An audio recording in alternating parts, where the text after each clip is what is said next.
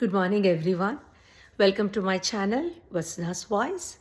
Welcome to one more episode of Sunday Morning Discussion.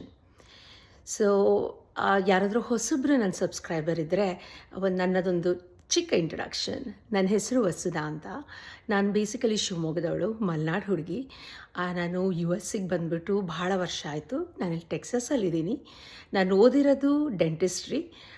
ನಾನು by professional dentist. But ನಾನು ಡೆಂಟಿಸ್ಟ್ರಿನ ಬಿಟ್ಬಿಟ್ಟು ಇಲ್ಲಿ resettlement agency, ಅಂದರೆ ನಿರಾಶ್ರಿತರು ಇರ್ತಾರಲ್ಲ, ರೆಫ್ಯೂಜೀಸ್ ಬೇರೆ ದೇಶದಿಂದ ಬಂದಿರ್ತಾರಲ್ಲ, ಅವರ ರೀಸೆಟ್ಲ್ಮೆಂಟ್ ಏಜೆನ್ಸಿನಲ್ಲಿ ಕಳೆದ 5 ವರ್ಷದಿಂದ ಕೆಲಸ ಮಾಡ್ತಾಯಿದ್ದೀನಿ. ಸೊ ನಾನು ನನ್ನ 5 ವರ್ಷದ ಜರ್ನಿಲಿ ಸಾಕಷ್ಟು ಜನನ ಮೀಟ್ ಮಾಡಿದೆ, ಸಾಕಷ್ಟು ದೇಶದವ್ರನ್ನ ಮೀಟ್ ಮಾಡಿದೆ. ಸೊ ಕೆಲವೊಂದು ಸ್ಟೋರೀಸು, ಕೆಲವೊಂದು ಜನರು ನನಗೆ ಭಾಳ ಡೀಪಾಗಿ ಇಂಪ್ಯಾಕ್ಟ್ ಮಾಡಿದ್ದಾರೆ.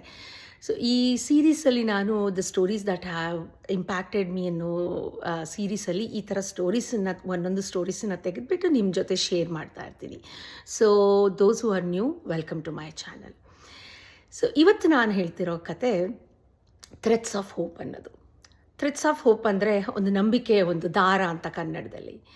ಸೊ ನಿಮಗೆಲ್ಲ ಗೊತ್ತಿರೋಂಗೆ 2021 ತಾಲಿಬಾನು ಆಫ್ಘಾನಿಸ್ತಾನನ್ನು ಕಂಪ್ಲೀಟಾಗಿ ಕ್ಯಾಪ್ಚರ್ ಮಾಡ್ಕೊಳ್ಳುತ್ತೆ. US ಇಂದ ಸೋಲ್ಜರ್ಸು ವಾಪಸ್ ಬರ್ತಾರೆ ಅಫ್ಘಾನಿಸ್ತಾನಿಂದ. ಆವಾಗ ತಾಲಿಬಾನು ಕಂಪ್ಲೀಟಾಗಿ ಆಫ್ಘಾನಿಸ್ತಾನನ ಕಂಟ್ರೋಲ್ ತೊಗೊಳುತ್ತೆ. ಆವಾಗ ಯಾರ್ಯಾರು US ಆರ್ಮಿಗೆ ಹೆಲ್ಪ್ ಮಾಡಿದ್ರೋ ಈ ತಾಲಿಬಾನ್ ಅವರನ್ನ ಹಿಡಿದು ಪಿಕ್ ಮಾಡಿ ಅವರನ್ನು ಟಾರ್ಗೆಟ್ ಮಾಡ್ತಾ ಇರುತ್ತೆ.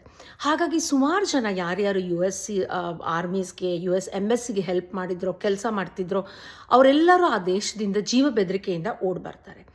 ಹಾಗಾಗಿ ಸುಮಾರು 1000 ಜನ ಬಂದರು ಇಲ್ಲಿಗೆ. US ಅವ್ರನ್ನ ಕರೆಸ್ಕೊತು. ಆಗೇನಾಯಿತು, ಬಂದರು 2021 ಬಂದರು. ಸೊ ನಾವು ಅವ್ರನ್ನೆಲ್ಲರೂ ಎನ್ರೋಲ್ ಮಾಡ್ಕೊಂಬಿಟ್ಟು ನಮ್ಮ ಪ್ರೋಗ್ರಾಮ್ಗೆ ಅವ್ರದ್ದು ಇಂಟರ್ವ್ಯೂ ತೊಗೊಂಡು, ಸೊ ಯಾರ್ಯಾರು ಗಂಡಸರುಗಳು ಯಾರ್ಯಾರು ಇದ್ರೋ ಅವರೆಲ್ಲರಿಗೂ ಕೆಲಸ ಕೊಡಿಸಿದ್ವಿ. ಅದು ಪ್ರಾಬ್ಲಮ್ ಆಗಲಿಲ್ಲ. ಬಟ್ ಈ ಪ್ರಾಸೆಸ್ಸಲ್ಲಿ ನಾನು ನೋಡಿದ್ದೇನು ಅಂತಂದರೆ, ಹೆಂಗಸರುಗಳಿದ್ರಲ್ಲ, ಆಫ್ಘಾನ್ ಹೆಂಗಸರುಗಳು, ಅವರಿಗೆ ಪಾಪ ಆಫ್ಘಾನಿಸ್ತಾನಲ್ಲೇ ಹೊರಗಡೆ ಹೋಗಿರಲಿಲ್ಲ. ಅವ್ರ ಮನೆಯಿಂದ ಹೊರಗೆ ನೋಡಿರಲಿಲ್ಲ.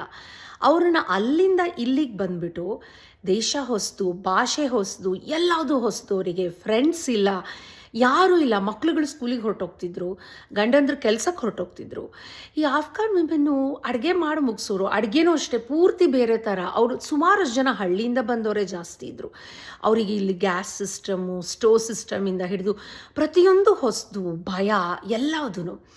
ಸೊ ನಾನು ಇವ್ರುಗಳನ್ನು ಮಾತಾಡಿಸ್ತಿದ್ದಾಗ ಪಾಪ ಮಾತೇ ಆಡ್ತಿರ್ಲಿಲ್ಲ ಅವ್ರುಗಳು. ಹೆಚ್ಚಿಗೆ ಅಡುಗೆ ಮಾಡಿಕೊಂಡು ಮನೇಲಿರೋರು, ಅವರಿಗೆ ಅಳೋರು. ಕೆಲವೊಂದು ಸಲ ನಮಗೆ ಯಾರೂ ಇಲ್ಲ ಇಲ್ಲಿ ಫ್ರೆಂಡ್ಸು.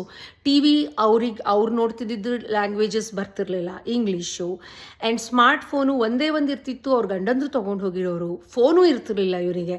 ಪಾಪ ಇಡೀ ದಿನ ಮನೇಲಿ ಕೂತ್ಕೊಂಡು ಅವರಿಗೆ ಥರ ತುಂಬ ಕಷ್ಟ ಆಗಿತ್ತು ಅವ್ರ ಲೈಫಲ್ಲಿ.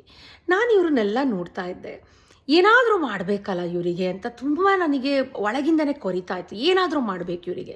ಬಟ್ ಏನು ಮಾಡೋದು? ಅವ್ರು ಹೊರಗಡೆ ಹೋಗಿ ಕೆಲಸ ಮಾಡೋಕ್ಕೆ ಫಸ್ಟ್ ಆಫ್ ಆಲ್ ಅವ್ರ ಗಂಡಂದ್ರು ಒಪ್ತಿರ್ಲಿಲ್ಲ. ಯಾಕೆಂದರೆ ಅವರಿಗೂ ಭಯ, ಹೊಸ ದೇಶ, ಹೆಂಡತಿಗೆ ಹೆಂಗೆ ಅಡ್ಜಸ್ಟ್ ಆಗ್ತಾಳೆ, ಇಂಗ್ಲೀಷ್ ಒಂದು ಪದನೂ ಬರ್ತಿರ್ಲಿಲ್ಲ. ಆ್ಯಂಡ್ ಅವರಿಗೂ ಪಾಪ ಭಯ, ನನಗೆ ಹೊರಗಡೆ ಹೋದರೆ ನನಗೆ ಭಯ ಆಗುತ್ತೆ, ನಂಗೆ ಆಗಲ್ಲ. ಸೊ ಈ ಸಿಚುಯೇಷನಲ್ಲಿ ನಾನು ಏನು ಮಾಡ್ಬೋದು? ನಾನು ಇವ್ರುಗಳನ್ನು ಹೆಂಗೆ, ಇವರಿಗೆ ಏನಾದರೂ ಒಂದು ಸ್ವಲ್ಪ ಸಮಥಿಂಗ್ ಟು ಲುಕ್ ಫಾರ್ವರ್ಡ್ ಅಂತಾರಲ್ಲ, ನಮ್ಮ ಎಲ್ಲರಿಗೂ ಒಂದು ಪುಲ್ ಇರಬೇಕು. ಓಕೆ, ನಾನು ಬೆಳಗಾಗೆದ್ದು ಓಕೆ ನಾನು ಇದನ್ನು ಮಾಡಬೇಕು ಇವತ್ತು ಅನ್ನೋ ಆ ಥರ ಪುಲ್ ಇದ್ದರೆ ನಮಗೆ ಲೈಫಲ್ಲಿ ಆ ಎನರ್ಜಿ ಇರುತ್ತೆ, ಎಂಥೂಸಿಯಾಸಮ್ ಇರುತ್ತೆ. ಏನು ಮಾಡಲಿ ಇವರಿಗೆ ಅಂತ ತುಂಬ ಯೋಚಿಸ್ತಾ ಇದ್ದೆ. ನಾನು ಇವ್ರನ್ನೆಲ್ಲ ಮಾತಾಡಿಸ್ತಿದ್ದಾಗ ಒಂದು ಅಬ್ಸರ್ವ್ ಮಾಡಿದ್ದು ನಾನೇನು ಅಂತಂದರೆ, ಎಲ್ಲ ಆಫ್ಘಾನ್ ಹೆಂಗಸ್ರಿಗೂ ಹೊಲಿಗೆ ಬರುತ್ತೆ. ಆ್ಯಕ್ಚುಲಿ ತುಂಬ ಚೆನ್ನಾಗಿ ಬರುತ್ತೆ. ಅವ್ರವ್ರ ಬಟ್ಟೆ ಅವ್ರವರೇ ಹೊಲ್ಕೋತಾರೆ. ಸೊ ಇಲ್ಲೇನಾಗಿತ್ತು, ಎಲ್ಲರೂ ಹೇಳೋರು ನನಗೆ ಹೊಲಿಗೆ ಚೆನ್ನಾಗಿ ಬರುತ್ತೆ, ಬಟ್ ನಾನು ಹೊಲಿಗೆ ಮಿಷನ್ನೇ ತಂದಿಲ್ಲ, ನಾನು ಅಲ್ಲಿಟ್ಟು ಬಂದುಬಿಟ್ಟಿದ್ದೀನಿ ಆಫ್ಘಾನಿಸ್ತಾನಲ್ಲಿ. ಸೊ ನನಗಿಲ್ಲ ಹೊಲಿಗೆ ಮಾಡ್ಕೊಳ್ಳೋಕ್ಕೂ ಮಾಡೋಕ್ಕೂ ಆಗ್ತಾಯಿಲ್ಲ ಅಂತ ಹೇಳೋರು. ಸೊ ನನಗೊಂದಿನ ಅದ್ರ ಬಗ್ಗೆನೇ ಯೋಚಿಸ್ತಾ ಇದ್ದಾಗ, ಓಕೆ ಇವ್ರುಗಳಿಗೆ ಮತ್ತೆ ಹೊಲಿಗೆ ಕಲಿಸಿದ್ರೆ ಹೇಗೆ? ಕಲಿಸೋದೇನಿಲ್ಲ, ಆದರೆ ಈ US ಸೂಯಿಂಗ್ ಮಷಿನ್ ಸ್ವಲ್ಪ ಬೇರೆ ಥರ ಇರುತ್ತೆ. ಸೊ ಇವರಿಗೆ ಆ ಟ್ರೈನಿಂಗ್ ಕೊಟ್ಟರೆ ಹೇಗಿರುತ್ತೆ? ಯಾಕೆಂದರೆ ಎಲ್ಲರೂ ಬರ್ತಾ 1 ಅಥವಾ 2 ಸೂಟ್ಕೇಸ್ ಇಟ್ಕೊಂಡು ಬಂದಿದ್ದರು. ಅವ್ರುಗಳಿಗೆ ಪಾಪ ತುಂಬ ಬಟ್ಟೆನೂ ತಂದಿರಲಿಲ್ಲ, ಅವರು ತರಕ್ಕೂ ಆಗಿರಲಿಲ್ಲ. ಇಲ್ಲಿ ಯಾವುದೂ ಆಫ್ಘಾನ್ ಬಟ್ಟೆ ಸ್ಟೋರೂ ಇರಲಿಲ್ಲ. ಸೊ ಈ ಥರ ಯೋಚನೆ ಮಾಡೋಕ್ಕೆ ಶುರು ಮಾಡಿದೆ. ಸರಿ ಹೊಲಿಗೆ ಕೇಳಿದೆ ನಾನು ಅವ್ರನ್ನೆಲ್ಲ ಮೀಟ್ ಮಾಡಿದಾಗ, ಹೊಲಿಗೆನ ಮತ್ತೆ ಕಂಟಿನ್ಯೂ ಮಾಡ್ತೀರಾ ಅಂದರೆ, ಖಂಡಿತ ಕಂಟಿನ್ಯೂ ಮಾಡ್ತೀವಿ, ಆದರೆ ನಮಗೆ ಭಯ, ಯಾರು ಹೇಳ್ಕೊಡ್ತಾರೆ, ನಮಗೆ ಭಾಷೆ ಬರಲ್ಲ, ಎಲ್ಲ ಸೆಟ್ ಆಫ್ ಪ್ರಾಬ್ಲಮ್ಸ್, ಅವ್ರಿಗೆ ಅವ್ರದ್ದೇ ಪ್ರಾಬ್ಲಮ್ಸ್ ಇತ್ತು. ಹೆಂಗೆ ಇದನ್ನು ಸಾಲ್ವ್ ಮಾಡೋದು? ಸುತ್ತಮುತ್ತ ಇರೋ ಹೊಲಿಗೆ ಕ್ಲಾಸಸ್ನ ನೋಡಿದೆ, ಅದೆಲ್ಲ ತುಂಬ ದುಬಾರಿ ಆಗಿತ್ತು. ನಾನು ಕೆಲಸ ಮಾಡೋದು ನಾನ್ ಪ್ರಾಫಿಟ್ ಆರ್ಗನೈಸೇಷನು, ಅಷ್ಟೊಂದು ನಮ್ಮ ಹತ್ರ ಫಂಡಿಂಗ್ ಇರಲ್ಲ.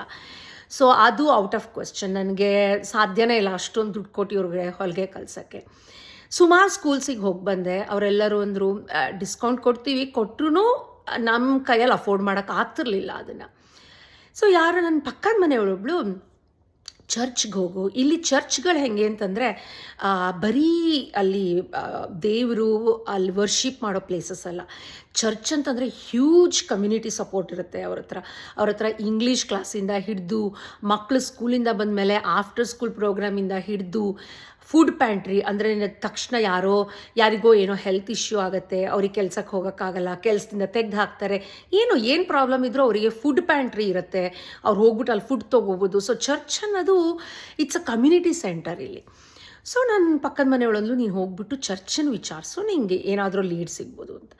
ನಮ್ಮ ಮನೆ ಹತ್ರ ಇರೋ ಹೋಗಿ ಚರ್ಚನ್ನು ಕೇಳಿದ್ರೆ ಅವರಂದರು, ನಮ್ಮ ತುಂಬ ಸಣ್ಣ ಚರ್ಚ್, ನಮ್ಮ ಹತ್ರ ಫಂಡಿಂಗ್ ಇಲ್ಲ, ನೀನು ಇನ್ನೊಂದು ಅಡ್ರೆಸ್ ಕೊಟ್ಟರು, ಅದು ತುಂಬ ಫಂಡಿಂಗ್ ಇರೋ ಚರ್ಚು, ಹೋಗಿ ಮಾತಾಡು ಅಲ್ಲಿ ಅಂತ.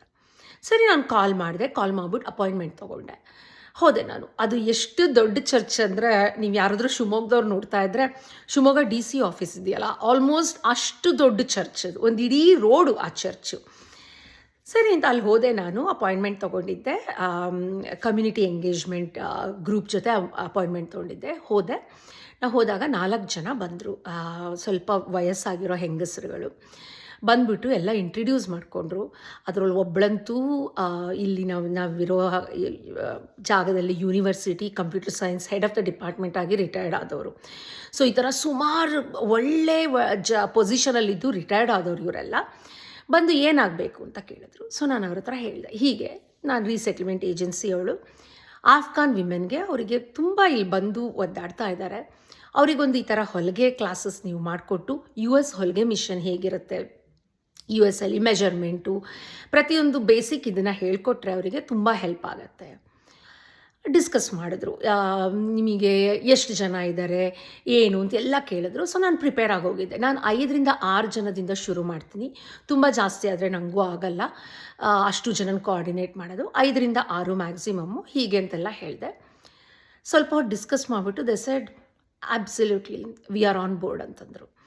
ಸೊ ಅವ್ರು ಏನಂದರು ಅಂತಂದರೆ, ಇನ್ನೂ 6 ಜನನ ಎನ್ರೋಲ್ ಮಾಡೋಣ, ಒಬ್ಬೊಬ್ಬರಿಗೂ ಹೊಲಿಗೆ ಮಿಷನ್ನು ನಾವು ತಂದು ಕೊಡ್ತೀವಿ, ಹೊಲಿಗೆ ಕಲಿಸ್ತೀವಿ, 3 ತಿಂಗಳು ಕ್ಲಾಸ್ ಮಾಡೋಣ,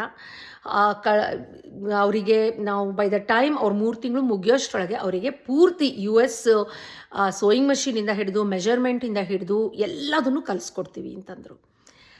ನನಗೆ ಎಷ್ಟು ಖುಷಿ ಆಯಿತು ಅಂತಂದರೆ, ಅವತ್ತು ಯಾವಾಗಿಂದ ಶುರು ಮಾಡೋಣ ಅಂತ ಕೇಳಿದ್ರು ಅವರು. ನಾನಂದೆ, ಮುಂದಿನ ವಾರದಿಂದನೇ ಶುರು ಮಾಡ್ಬೋದು ಅಂತಂದೆ. ಸೊ ಲೆಟ್ ಸ್ಟಾರ್ಟ್, ವಾರದಲ್ಲಿ 2 ದಿನ ಮೀಟ್ ಮಾಡೋಣ, 3 ತಿಂಗಳ ಕ್ಲಾಸ್ ಅಂತ ಅಂದರು. I was so happy. ನಾನು ನಿಜವಾಗ್ಲೂ ಎಕ್ಸ್ಪೆಕ್ಟ್ ಮಾಡಿರಲಿಲ್ಲ ಅದಾಗತ್ತೆ ಅಂತ. ಏನು ಹೆಸರಿಡೋಣ ಅಂತ ಕೇಳಿದ್ರು. ನಾನಂದೆ ಥ್ರೆಡ್ಸ್ ಆಫ್ ಹೋಪ್ ಅಂತ ನಾನು ಅಂದ್ಕೊಂಡಿದ್ದೀನಿ, ನಿಮ್ಗೇನು ಅನಿಸುತ್ತೆ ಅಂತಂದರೆ, ದೇ ಆಲ್ ಲವ್ಡ್ ಇಟ್, ತುಂಬ ಇಷ್ಟ ಆಯಿತು ನಮಗೆ ಆ ಹೆಸರು, ಲೆಟ್ ಸ್ಟಾರ್ಟ್ ಇತ್ತು ಅಂತ ಅಂದರು. ಸೊ ಬಂದುಬಿಟ್ಟು ನಾನು ಈ 6 ಜನನ ಸೆಲೆಕ್ಟ್ ಮಾಡಿದ್ನಲ್ಲ, ಅವರಿಗೆ ಎಲ್ಲ ಯಂಗ್ ಗರ್ಲ್ಸ್, ಪಾಪ ಮದುವೆ ಆಗಿತ್ತು ಎಲ್ಲರಿಗೂ, 19 years to 25 years ಒಳಗಿದ್ದರು ಎಲ್ಲರಿಗೂ ಹೇಳಿದೆ. ಅವ್ರಿಗೆ ಇನಿಷಿಯಲಿ ಭಯ ಇತ್ತು. ಸೊ ನಾನಂದೆ, ಎಲ್ಲರನ್ನೂ ಬಂದು ನಾನು ಪಿಕ್ ಮಾಡ್ತೀನಿ, ನನ್ನ ಹತ್ರ ಮಿನಿ ವ್ಯಾನ್ ಇದೆ, ನಾನು ಬಂದು ಪಿಕ್ ಮಾಡ್ತೀನಿ, ಪ್ರತಿ ಮಂಗಳವಾರ ಮತ್ತು ಗುರುವಾರ ಪಿಕ್ ಮಾಡಿಬಿಟ್ಟು ನಿಮ್ಮನ್ನು ಕ್ಲಾಸಿಗೆ ಕರ್ಕೊಂಡ್ಬಂದು ವಾಪಸ್ ನಾಳೆ ಕರ್ಕೊಂಡು ಹೋಗ್ಬಿಡ್ತೀನಿ. They were all excited. ಅವ್ರ ಹಸ್ಬೆಂಡ್ಸ್ ಜೊತೆನೂ ನಾನು ಮೀಟ್ ಮಾಡಿಬಿಟ್ಟು ಅವರಿಗೂ ಹೇಳಿದೆ, ನಾನು ಕರ್ಕೊಂಡು ಹೋಗ್ತೀನಿ, ನಾನೇ ಕರ್ಕೊಂಬರ್ತೀನಿ. ಅವ್ರು ನನ್ನನ್ನು ನೋಡಿದ್ರಿಂದ ಅವ್ರಿಗೆ ನನ್ನ ಜೊತೆ ನಂಬಿಕೆ ಇತ್ತು. ಸರಿ ಇಂಥ ಟ್ಯೂಸ್ಡೇ ಕ್ಲಾಸ್ ಶುರುವಾಯಿತು. It was one of the most beautiful things ನಾನು ನೋಡಿರೋದು. ಯಾಕೆ ಅಂತಂದರೆ, ಕ್ಲಾಸ್ ಶುರುವಾದಾಗ ಈ 6 ಜನ ಹುಡುಗಿಯರು ಹೆಂಗಸರು ಬಂದಾಗ ಭಯ ಇತ್ತು, ಒಬ್ರಿಗೊಬ್ರಿಗೂ ಗೊತ್ತಿರಲಿಲ್ಲ ಅವರು ಭಯ ಅವರಿಗೆ. ಆಮೇಲೆ ಒಂಥರ ಆ್ಯಂಕ್ಷಿಯಸ್ ಆಗಿದ್ದರು ಅವರು, ಏನಪ್ಪ ಆಗತ್ತೆ, ಹೆಂಗೆ ಕಲಿಯೋದಪ್ಪ ಅಂತ. ಬಟ್ ಬಂದರು ಈ 4 ಜನ volunteers, Susie, Lori, Rachel and Denise, ಎಲ್ಲರಿಗೂ 75 ವರ್ಷ. ಬಂದು ಅವರಿಗೆ ಎಷ್ಟು ಎಂತೂಸಿಯಾಸಮಿಂದ ಹೊಲಿಗೆ ಹೇಳ್ಕೊಟ್ರು ಅಂತಂದರೆ 3-4 ಕ್ಲಾಸ್ ಆಗೋಷ್ಟೊತ್ತಿಗೆ ಆ ಹೆಂಗಸರೆಲ್ಲ ರೆಡಿಯಾಗಿ ಮನೆ ಮುಂದೆ ನಿಂತಿರೋರು ನಾನು ಪಿಕ್ ಮಾಡೋಕ್ಕೆ ಹೋದಾಗ. ಆ್ಯಂಡ್ ಈ 4 ಜನ ವಾಲಂಟಿಯರ್ಸ್ ಇದ್ರಲ್ಲ, ಅವ್ರನ್ನೆಲ್ಲ ಕೇಳ್ಕೊಂಬಿಟ್ಟು ಕೇಕ್ ತಿಂತೀರಾ, ಅದು ತಿಂತೀರಾ ಅಂದ್ಬಿಟ್ಟು ಪ್ರತಿ ಕ್ಲಾಸಿಗೂ ಏನೇನಾದರೂ ತಿನ್ನೋಕ್ಕೆ ತೊಗೊಂಬರೋರು. ಅವ್ರನ್ನ ನೋಡಿಬಿಟ್ಟು ಈ ಪಾರ್ಟಿಸಿಪೆಂಟ್ಸ್ ಇದ್ರಲ್ಲ ಆಫ್ಘಾನ್ ವಿಮೆನ್ನು, ಅವರು ಏನೇನಾದರೂ ತರೋರು. ಸೊ ಒಬ್ಬರು ಟೀ ಮಾಡ್ಕೊಂಬರೋರು ಫ್ಲಾಸ್ಕಲ್ಲಿ. ಪ್ರತಿ ಮಂಗಳವಾರ ಮತ್ತು ಗುರುವಾರ it was such a beautiful thing. ಈ ಕಡೆ US ಕ್ರಿಶ್ಚಿಯನ್ ವಿಮೆನ್ ಟೀಚಿಂಗ್, ಈ ಕಡೆ ಆಫ್ಘಾನ್ ಮುಸ್ಲಿಂ ವಿಮೆನ್ ಲರ್ನಿಂಗ್, ಮಧ್ಯದಲ್ಲಿ ನಾನು ಇಂಡಿಯನ್ ಇಂದು watching these two. It was so beautiful. ಆ 3 ತಿಂಗಳಾದಮೇಲೆ ಅವ್ರದ್ದು ಮುಗೀತು ಕ್ಲಾಸು. ಸೊ ಗ್ರ್ಯಾಜುಯೇಷನ್ ಪಾರ್ಟಿ ಮಾಡೋಣ ಅಂತ ಪ್ಲ್ಯಾನ್ ಮಾಡಿದ್ವಿ. ನಾನು ಮತ್ತು ವಾಲಂಟಿಯರ್ಸ್ ಎಲ್ಲ ಸೇರ್ಕೊಂಬಿಟ್ಟು, ಇವ್ರುಗಳಿಗೆಲ್ಲ ಗ್ರ್ಯಾಜುಯೇಷನ್ ಪಾರ್ಟಿ ಅಂದರೆ ಏನಂತಲೇ ಗೊತ್ತಿರಲ್ಲ, ಇವ್ರಿಗೆ ಹೊರಗಡೆ ಹೋಗೇ ಗೊತ್ತಿಲ್ಲ. So we all were excited. ನಾವು ಹೇಳಿದ್ವಿ, ನಿಮಗೆ ಗ್ರ್ಯಾಜುಯೇಷನ್ ಪಾರ್ಟಿ ಮಾಡ್ತೀವಿ, so it's gonna be fun, ನಿಮ್ಮ ಫ್ಯಾಮಿಲಿನೂ ಕರ್ಕೊಂಬನ್ನಿ, ನಿಮಗೆಲ್ಲ ಸರ್ಟಿಫಿಕೇಷನ್ ಕೊಟ್ಟು ಆ ಗ್ರ್ಯಾಜುಯೇಷನ್ ಹ್ಯಾಟ್ ಎಲ್ಲ ಹಾಕಿ ಎಲ್ಲ ಮಾಡ್ತೀವಿ ಅಂತ. ಆವಾಗ ಇವರೆಲ್ಲ ಪಾರ್ಟಿಸಿಪೆಂಟ್ಸ್ ಆಫ್ಘಾನ್ ವಿಮೆನ್ ಎಲ್ಲ ಹೇಳಿದ್ರು, ಊಟ ನಾವು ಅರೇಂಜ್ ಮಾಡ್ತೀವಿ ಅಂತಂದರು. ಪಾಪ ನಾನಂದೆ ಇಟ್ಸ್ ಓಕೆ, ನಾವೇ ಅರೇಂಜ್ ಮಾಡ್ತೀವಿ ಅಂದರೆ, ಇಲ್ಲ ನಾವು ಮನೆಯಿಂದ ಕುಕ್ ಮಾಡ್ಕೊಂಬರ್ತೀವಿ. ಆ್ಯಂಡ್ ದೇ ಸೆಡ್, ನನಗೆ ಗೊತ್ತು ನೀನು ವೆಜಿಟೇರಿಯನ್, ನಾನು ಪಕ್ಕಾ ವೆಜಿಟೇರಿಯನ್ ನಾನು. ಸೊ ಅವರಂದರು, ನೀನು ವೆಜಿಟೇರಿಯನ್ ಅಂತ ಗೊತ್ತು, ನಾವು ಎಲ್ಲ ಫುಡ್ಡು ವೆಜಿಟೇರಿಯನ್ನೇ ಮಾಡ್ಕೊಂಬರ್ತೀವಿ ಅಂದ್ಬಿಟ್ಟು ಗ್ರ್ಯಾಜುಯೇಷನ್ ಡೇ ದಿನ ಹ್ಯೂಜ್ ವೆಜಿಟೇರಿಯನ್ ಸ್ಪ್ರೆಡ್. ಅವ್ರ ಫ್ಯಾಮಿಲಿಯವರೆಲ್ಲ ಬಂದಿದ್ದರು, ಮಕ್ಕಳು ಬಂದಿದ್ದರು, ಗ್ರ್ಯಾಜುಯೇಷನ್ ಸೆರೆಮನಿ ಮಾಡಿದ್ವಿ. ಅದಾದಮೇಲೆ ಈ ವಾಲಂಟಿಯರ್ಸು ಈ ಗ್ರ್ಯಾಜುಯೇಟ್ ಆಗಿದ್ದ ಹೆಂಗಸರಿಗೆಲ್ಲ ಶಾಪಿಂಗಿಗೆ ಕರ್ಕೊಂಡೋದ್ರು. $50 ಗಿಫ್ಟ್ ಕಾರ್ಡ್ ಕೊಟ್ಬಿಟ್ಟು, ಇಲ್ಲಿ ಜೋಆನ್ ಫ್ಯಾಬ್ರಿಕ್ಸ್ ಅಂತ ಒಂದಿದೆ, ಅದು ಹೊಲಿಗೆ ಇಷ್ಟ ಆಗೋರಿಗೆ it's like the biggest candy store ಥರ ಅದು. ಅಲ್ಲಿಗೆ ಕರ್ಕೊಂಡು ಹೋಗ್ಬಿಟ್ಟು $50 ಕೊಟ್ಟು ನಿಮಗೇನು ಬೇಕೋ ಶಾಪ್ ಮಾಡಿ ಅಂತಂದ್ವಿ. ಶಾಪ್ ಮಾಡ್ಕೊಂಬಂದರು ಅವರು. ಅದ್ರ ಜೊತೆಗೆ ಆ ಹೊಲಿಗೆ ಮಿಷನೂ ಅವರಿಗೆ ಗಿಫ್ಟಾಗಿ ಕೊಟ್ವಿ. 6 ಜನದಲ್ಲಿ 2 ಎಟ್ಸಿ ಅಂತ ಶಾಪ್ ಇದೆ ಇಲ್ಲಿ, ಆನ್ಲೈನ್ ಶಾಪು. 2 ಎಟ್ಸಿ ಶಾಪ್ ಶುರು ಮಾಡಿದ್ದಾರೆ. They are doing very well. ಇನ್ನು 4 ಜನ, ಫಸ್ಟ್ ಬ್ಯಾಚಿಂದ ಇನ್ನು 4 ಜನ ಇಲ್ಲೊಂದು ಸೋಯಿಂಗ್ ಕಂಪ್ನಿ ಇದೆ, ಅಂದರೆ ಹ್ಯಾಟ್ಸನ್ನು ಹೊಲಿತಾರೆ, ಅಲ್ಲಿ ಕೆಲಸ ಮಾಡ್ತಾ ಇದ್ದಾರೆ. The threads of hope 3 batch ಮಾಡಿದ್ವಿ ನಾವು. 3 ಬ್ಯಾಚಲ್ಲೂ 6 ಜನ, ವೆರಿ ಸಕ್ಸಸ್ಫುಲ್ ಕ್ಲಾಸ್. ಇದರಿಂದ ನಾನು ಕಲ್ತಿದ್ದು ಕುವೆಂಪು ಅವರ ವಿಶ್ವಮಾನವ ತತ್ವ. ನೀವು ಕೇಳಿರ್ಬೋದು, ಕುವೆಂಪು ಅವರಂತಾರೆ, ಒಂದು ಮಗು ಹುಟ್ಟಿದಾಗ ಅದು ವಿಶ್ವಮಾನವ ಆಗಿ ಹುಟ್ಟುತ್ತೆ, ಅದಕ್ಕೆ ಅದರ ದೇಶ, ಜಾತಿ, ಮತ, ಪಂಗಡ ಯಾವ ಭೇದ ಭಾವನೂ ಗೊತ್ತಿರಲ್ಲ, ಅದಕ್ಕೆ ವಿಶ್ವಮಾನವನಾಗು ಅಂತ ಹೇಳ್ತಾರೆ ಕುವೆಂಪು ಅವರು. ಇಲ್ಲಿ ನನಗೆ ನೆನಪಾಗಿದ್ದು ಎಷ್ಟು ಚೆನ್ನಾಗಿತ್ತು ಅಂದರೆ, ರಿಟೈರ್ಡ್ ಆಗಿರೋ group of women teaching Young women who are just starting their life. ಈ US ಅಲ್ಲಿ ಆಗ್ತಾನೆ ಲೈಫ್ ಶುರು ಮಾಡಿರೋ ಹೆಂಗಸರಿಗೆ ಈ ರಿಟೈರ್ಡ್ ಆಗಿರೋ ಹೆಂಗಸರುಗಳು ಪಾಠ ಮಾಡ್ತಾಯಿದ್ರು. ಮಧ್ಯದಲ್ಲಿ ನಾನು ನಿಂತ್ಕೊಂಡು ನೋಡ್ತಾ ಇದ್ದೆ. ಅವ್ರು ಯಾರಿಗೂ, ಅವ್ರು ಯಾವ ದೇಶದವರು, ಯಾವ ಜಾತಿಯವರು, ಯಾವ ಪಂಗಡದವರು, ಯಾವಿದು ಏನೂ ಮ್ಯಾಟ್ರ್ ಆಗಲಿಲ್ಲ. ಆ ವಾಲಂಟಿಯರ್ಸ್ಗೆ ನಮಗೆ ಸ್ಕಿಲ್ ಗೊತ್ತು, ನಮಗೆ ಹೊಲಿಗೆ ಗೊತ್ತು, ನಾವು ಇರೋದನ್ನು ಅವ್ರಿಗೆ ಹೇಳ್ಕೊಡ್ತೀವಿ ಅಂದ್ಬಿಟ್ಟು ಹೇಳ್ಕೊಟ್ರು. ನಾನು ನಿಜವಾಗಲೂ ಅವತ್ತು ವಿಶ್ವಮಾನವ ತತ್ವ ಕಮಿಂಗ್ ಟು ಪ್ರಾಕ್ಟಿಕಲ್ ಯೂಸನ್ನ ನಾನು ನೋಡಿದೆ. ಎಷ್ಟು ಚೆನ್ನಾಗಿತ್ತು ಅಂದರೆ, ಆ ಲೋರಿನವಳೊಬ್ಳಂತೂ ವಯಸ್ಸಾದವರು, ಅವರಿಗೆ ಇವರೆಲ್ಲರಿಗಿಂತ ಜಾಸ್ತಿ ವಯಸ್ಸಾಗಿತ್ತು. ಆಕ್ಸಿಜನ್ ಹಾಕ್ಕೊಂಡಿದ್ರು ಮೂಗಿಗೆ, ಪಕ್ಕದಲ್ಲಿ ಒಂದು ಆಕ್ಸಿಜನ್ ಸಿಲಿಂಡರ್ ಕ್ಯಾರಿ ಮಾಡಿಕೊಂಡೇ ಬರೋರು ಅವರು. ಅವರಂದ್ರು, ನಾನು ರಿಟೈರ್ಡ್ ಆದಾಗಿಂದ ನಾನು ಈ ಥರ ವಾಲಂಟಿಯರಿಂಗಲ್ಲಿ ಇನ್ವಾಲ್ವ್ ಆಗಿದ್ದೀನಿ ಅಂತ. ನನಗನ್ನಿಸ್ತು, ನಾನು ರಿಟೈರ್ಡ್ ಆದಮೇಲೆ, ವಯಸ್ಸಾದಮೇಲೆ ನಾನು ಆ ಥರ ಕೆಲಸದಲ್ಲಿ ನನ್ನನ್ನು ನಾನು ಭಾಗಿಯಾಗಿಸ್ಕೋಬೇಕು ಅಂತ. Age is just a number ಅಂತ ಅಂತಾರೆ. ಆ ವಾಲಂಟಿಯರ್ಸು ನನಗೆ ಆ ಪಾಠನ ಹೇಳಿಕೊಟ್ರು.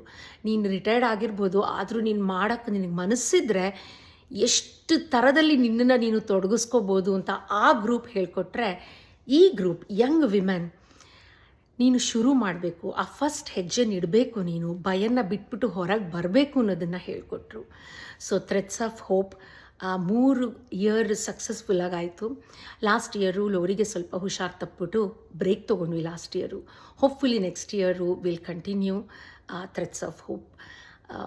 ಸೊ ಐ ಹೋಪ್ ಈ ಕತೆ ನಿಮಗೆಲ್ಲ ಇಷ್ಟ ಆಯಿತು ಅಂತ ಅಂದ್ಕೋತೀನಿ. ಲೋಕ ಸಮಸ್ತ ಸುಖಿನೋ ಭವಂತು. Take care of your self, take care of your loved once, stay positive and do whatever you can to make this world a better place. Thank you so much. Bye-bye. See you next week.